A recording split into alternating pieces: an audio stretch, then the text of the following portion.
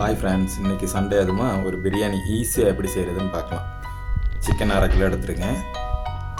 தக்காளி, வெங்காயம், பச்சை மிளகாய், கொத்தமல்லி தழை எல்லாம் தேவையான அளவு எடுத்து வெட்டி வச்சுக்கலாம். ஓகேங்க. அடுத்தது உங்களுக்கு எவ்வளோ தேவையான அளவு வெட்டிக்கிங்க. அடுத்து தேவையான ஸ்லைசஸ் எடுத்துக்கலாம். பிரியாணிக்கு தேவையான ஸ்லைசஸ் எனக்கு தேவையானது எடுத்துருக்கேன். அடுத்து கடாயில் கோல்டு வின்னர் யூஸ் பண்ணியிருக்கேன். நீங்கள் யூஸ் பண்ணிக்கலாம். உங்களுக்கு பிடிச்ச எண்ணெயை எவ்வளோ தேவையோ அவ்வளோ ஊற்றிக்கிங்க. குக்கரில் தான் இன்றைக்கி பண்ண போகிறோம். அதனால் தேவையான அளவு நம்ம எண்ணெய் ஊற்றுறோம். ஓகேங்க. எண்ணெய் காஞ்சவுடனே ஸ்லைசஸ் எடுத்து போட்டுக்கலாம். ஓகே. ஸ்லிம்லேயே வச்சுக்கோங்க அடுப்பை. இது ரெடி ஆகணுன்னே கொஞ்சம் ஒரே முருகெல்லாம் வந்தால் போதும், ஸ்மெல்லு வந்தாலே போதும். ஓகே. அடுத்து வெட்டி வச்ச பச்சை மிளகு, அப்புறம் வெங்காயம்லாம் தேவையான அளவு போட்டுட்டு இஞ்சி பூண்டு பேஸ்ட்டு கொஞ்சம் லாஸ்ட்டாக சேர்த்துக்கலாம். அது அப்படியே வதங்கணும்.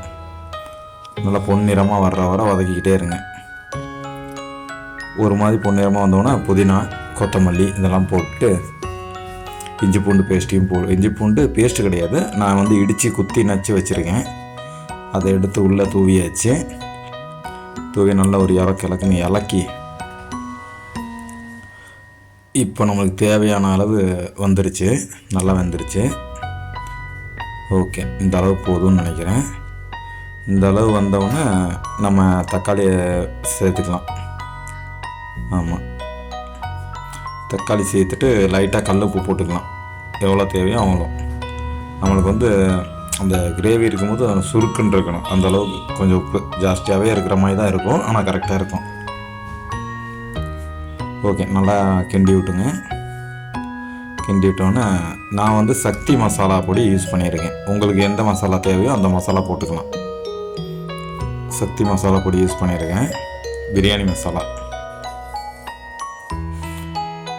போட்டோன்னே கொஞ்சம் ஸ்மெல்லுக்காக சிக்கன் மசாலா, அப்புறம் இந்த முந்திரி பருப்பு எல்லாம் வறுத்து சேர்ப்பாங்க. நான் வறுக்காமல் சேர்த்துருக்கேன், ஃப்ளேவர் நல்லாயிருக்கும். அப்புறம் சிக்கனை போட்டு நல்லா கிண்டி விட்டுருங்க வேகிற வரை. நம்ம அரிசி எடுத்து வச்சுருப்போம் ஒரு அளவு படி. இப்போ 3 கிளாஸ் அரிசினா 6 கிளாஸ் தண்ணி ஊற்றுவோம். அந்த அளவில் நான் இன்றைக்கி 1.5 கிளாஸ் அளவு எடுத்துருக்கேன் அரிசி. இப்போ அதுக்கு முன்னாடியே 1 கிளாஸ் தண்ணி ஊற்றி சிக்கன் வேக வச்சிடறேன். ஆமாங்க, மூடி போட்டுடலாம். மூடி போட்டு கொஞ்சம் நல்லா வேகட்டும். சில மீடியம் ஃப்ளேமில் வச்சுக்கோங்க. அரிசி ஊற வச்சுருக்கேன், பார்த்துக்குங்க. 1.5 கிளாஸ் அரிசி தான் போட்டேன். ஓகே, அதுக்கு இப்போ 3 கிளாஸ் தண்ணி தேவை. 1 கிளாஸ் தண்ணி நான் உள்ளே ஊற்றிட்டேன். ஓகே, இது ஆயிடுச்சுங்க.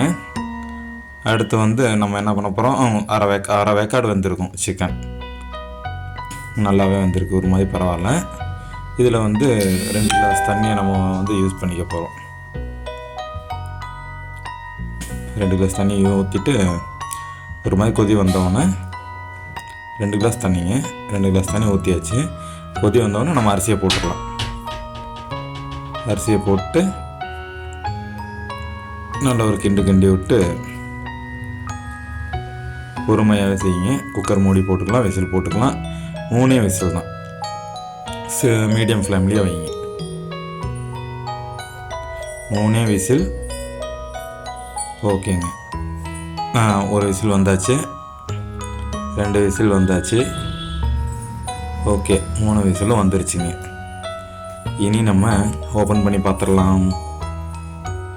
ஓகே, சூப்பராக குழந்தைங்களுக்கு பிடிச்ச மாதிரி காரம் இல்லாமல் அருமையான ஒரு பிரியாணி ரெடி.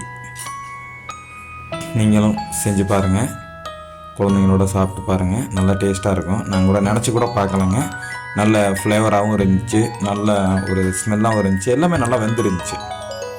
ஆமாம், குழந்தைங்களுக்கும் ரொம்ப பிடிச்சிருந்துச்சு. ட்ரை பண்ணி பாருங்கள், கமெண்ட் பண்ணுங்கள், சப்ஸ்கிரைப் பண்ணுங்கள். நீங்களும் சண்டே அதுமாக வீட்டில் ட்ரை பண்ணி பார்க்கலாம், சாப்பிட்டு பாருங்கள். அனைவருக்கும் நன்றி. இன்னொரு வீடியோ